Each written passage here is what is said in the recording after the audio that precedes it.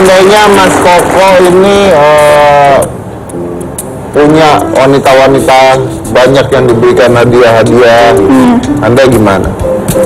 Seumpama suami saya punya uang banyak, dikasih-kasihkan sama cewek lain, dibacok tuh si Koko. Jahat gitu sih? Iya, emang saya jahat. Lah, berarti kan dia jahat sama saya. Orang udah punya istri seksi, cantik, ya kan? Main ngasih-ngasih sama orang lain. Kan dermawan Mbak Soimah. Ya ngasihnya ngapain dulu? Kalau ngasih sumbangan, ngasih ini nggak apa-apa. Ini ngasih apa dulu? Anda tahu dari mana wanita-wanita itu tidak butuh sumbangan? Tapi maksudnya kan sumbangan apa gitu, Pak? Ya, tapi kan sumbangan kan macam-macam. Sumbangan ya anak yatim gitu ya? Itu boleh, harus boleh. Nah, tapi nggak pantas, Pak, sampean dikasih sumbangan. Jadi Anda nggak terima? Sampean itu udah berupa, kepalanya udah kayak koin. Nggak usah dikasih sumbangan, Pak. Sudah, kita akan lihat dulu nih, ini gambarannya apa yang terjadi tentang hadiah-hadiah tersebut. Coba, puter. Berita kasus suap daging impor yang menyeret nama Ahmad Fatona terus meluap. Sosok Ahmad Fatona yang loyal terhadap wanita menjadi buah bibir dan menjadi beban tersendiri bagi Septi Sanustika, istri Ahmad Fatona. Kesedihan mendalam pun dirasakan Septi dan keluarga. Septi harus mengurus buah hatinya sendiri ketika suaminya ditahan oleh KPK. Dan tak hanya itu, hartanya pun ikut disita. Akankah Septi tetap setia mendampingi suaminya di tengah kasus yang terus bergulir dan tetap tegar di tengah munculnya nama-nama wanita lain di kehidupan Ahmad Fatona? Hanya di Hitam Putih. Oke, kita akan langsung mengundang ini istrinya ya berarti ya? Istri dari Pak Ahmad. Istri dari Pak Ahmad. Anda sudah pernah wawancarain kan? Sudah. Oh sudah. Bisa kita putar tayangan ulangnya saja kalau misalnya? Ya enggak, beda, Pak. Oh, beda. Ya Kan sudah. acara saya papan atas, Pak. Oh, iya. Betul sekali. Terima kasih ya. Sama maksudnya. Oh sama. Kita undang langsung adalah Septi Sanustika. Ya. Apa kabar? Halo, Mbak. Sudah pernah ketemu ya pasti ya. Mas Septi duduk gitu nggak Mas Septi? Iya. Oke. Ini istri keberapa Bapak? Aduh, yang bener aja mana mau Bapak. Jangan ntar sakar-sakaran di sini. Oke, saya mau tahu nih Mbak Septi ya. Jadi sebenarnya Anda pertama kali bisa bertemu dengan Pak Ahmad itu gimana sih Mbak? Iya, waktu itu ada acara keluarga ya. Terus saya dikenalin sama teman yang kebetulan temannya Bapak juga. Itu bulan Juni, kalau nggak salah Juni 2011. Terus dari situ kami intens berkomunikasi. Ya sudah, Desember itu menikah. Menikah? Iya. Oke, dan selama pernikahan itu Anda tidak tahu apa yang terjadi di luar? Ya enggak lah, Sama sekali nggak sama tahu? sekali nggak tahu. Saya tahu justru dari media. Nah, tahunya Pak Ahmad itu kerjanya apa? Pengusaha. Pengusaha? Enggak, udah begitu doang? Iya, karena saya nggak pernah cek handphonenya beliau ya. Jadi saya tidak tahu urusan pekerjaannya di luar sana. Oke, lalu Anda tahunya pada saat? Ke blow up di media. Blow up di media, itu baru pertama kali tahu? Iya. Oke, gimana tuh Mbak Soimah? Enggak, aku penasaran sama Mbak Septi. Maksudnya selama ini nggak ada curiga atau apa ya istilahnya, kan nggak pernah ngecek HP, terus nggak tahunya cuma pengusaha gitu atau pengusaha apa, nggak tahu, nggak pengen ngerti gitu Mbak, maksudnya sebenarnya apa sih pekerjaan dari suami Mbak gitu. Iya, orang kan megang handphone aja. Nggak pernah ya. Kata bapak, nggak usah megang handphone. Kalaupun digeletakin gitu, palingan kondisinya sudah nggak on ya. Jadi ya sudah, saya nggak tahu. Udah, aku kan kemarin ini mikirnya ibu rumah tangga aja di rumah. Jadi udah percaya banget percaya sebenarnya. Percaya. Nah, kalau Mbak Soimah dengan Mas Koko gimana? Percaya atau tidak?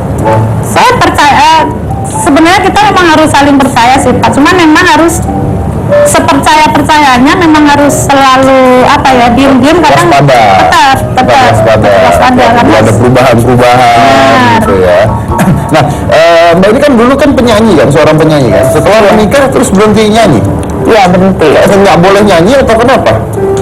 nggak boleh. Nggak boleh nyanyi? Iya. Oh, oke. Udah nggak, pokoknya udah nggak boleh tampil lagi? Iya. Nah, gimana bilangnya nggak boleh nyanyi? Yang penting jadi ibu rumah tangga yang baik, semua dibiayain? Iya, karena saya juga komitmennya memang setelah menikah ini, ya sudahlah saya mau urus suami aja, terus kita juga mau program punya omongan kan, karena itulah salah satu tujuan saya menikah, saya mau punya anak gitu. Ya sudah, jadi saya fokus sama rumah tangga aja. Langsung fokus sama rumah tangga ya? Iya. Saya mau tanya Pak Ana, Mbak Septi. Mbak Septi kan dulu penyanyi ya. Saya juga dulu penyanyi. Tadi sempat cerita sama Mas Dedi, saya pernah ditawar oleh pengusaha kayak gitu. Nah, sebelum dijadiin istri sama Pak Ahmad, sempat ada pengalaman seperti itu nggak sih Mbak? Maksudnya awalnya agak-agak diremehin kayak gitu-gitu. Awalnya pakai gitu-gitu dulu nggak sih Mbak? Apa memang langsung benar-benar cinta terus dinikahin gitu? Iya, kalau di dunia entertain hal-hal yang seperti itu pasti ada lah ya, kita nggak bisa dipungkiri, itu pasti ada. Tapi bagaimana kita menyikapinya itu ya supaya orang tersebut tidak tersinggung sama kita, seperti itu aja. Oke, apa yang membuat Anda pada saat itu tiba-tiba bisa menikah dengan Pak Ahmad?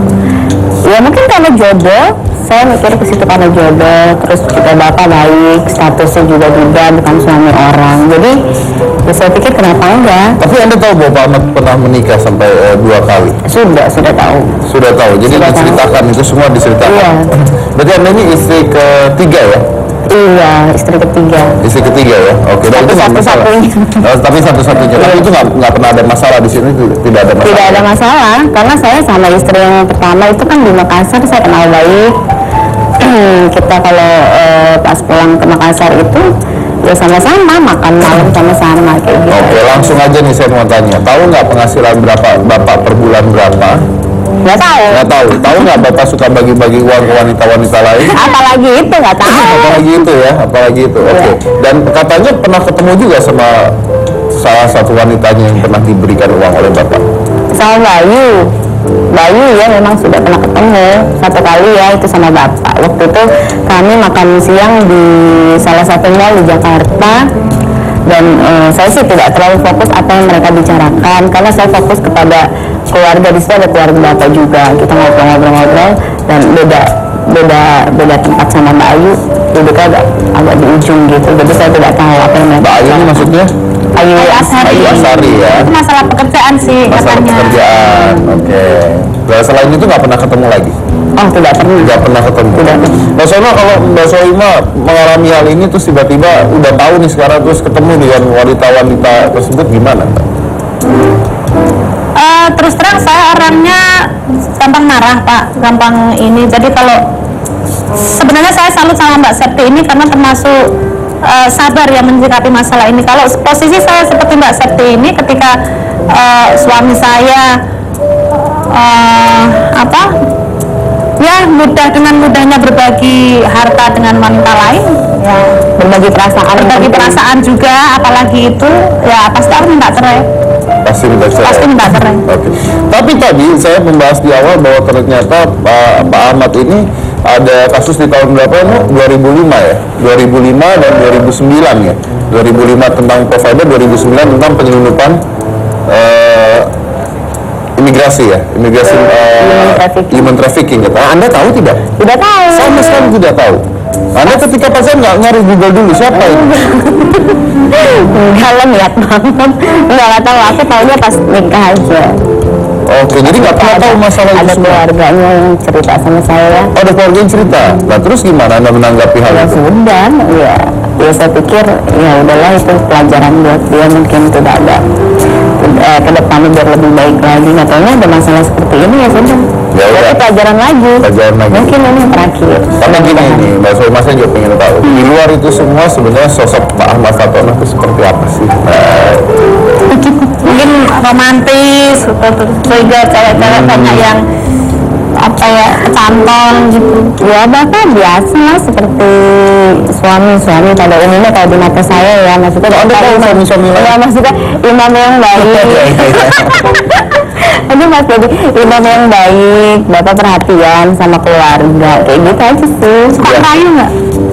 Kalau sama aku Misalnya bapak kamu penjual daging ya, misalnya. Oh, iya. Halo, gitu-gitu misalnya. Iya. Artis kan biasanya rayu, Benar, gitu. benar. Pantun merayu-rayu gitu enggak sih, dia orangnya serius. Serius ya? Serius. Tapi Anda dimanjakan tidak dengan harta? Aduh, kalau masalah itu saya nggak bisa komentar di sini ya, karena itu menurut saya nggak pantas ya. Saya pikir itu masalah rumah tangga saya bersama. Tapi kalau Anda bilang tidak bisa komentar kan sama aja bilang iya. Iya, maksudnya saya nggak mau sebutin apa-apa. Oh, nggak mau sebutin apa-apanya gitu. karena ya. sekarang juga udah nggak punya apa-apa. Punya dong, punya. Saya masih punya apa? Saya punya anak saya yang baru lahir kan. Ada harta yang tidak tidak ternilai harganya. Oke. Terus kemarin saya dengar ketemu dengan teman Anda yang pernah. Siapa namanya? Yang siapa? Siapa namanya? Oh yang ini, oh yang teman akrab sahabat, Teman akrab, yang Tri siapa tuh Trimbel atau siapa Tri siapa? Ya om. Tri Utami, Berikutnya. Tri Kurnia. Iya, kemarin katanya ketemu. Dan, tapi saya harus potong dulu nih, kita mau tahu nih. Tapi kemarin katanya ketemu dengan Mbak Tri itu. Boleh pokoknya dah. Yang bener. Kita bahas nanti. Yang mana-mana tetap di hitam.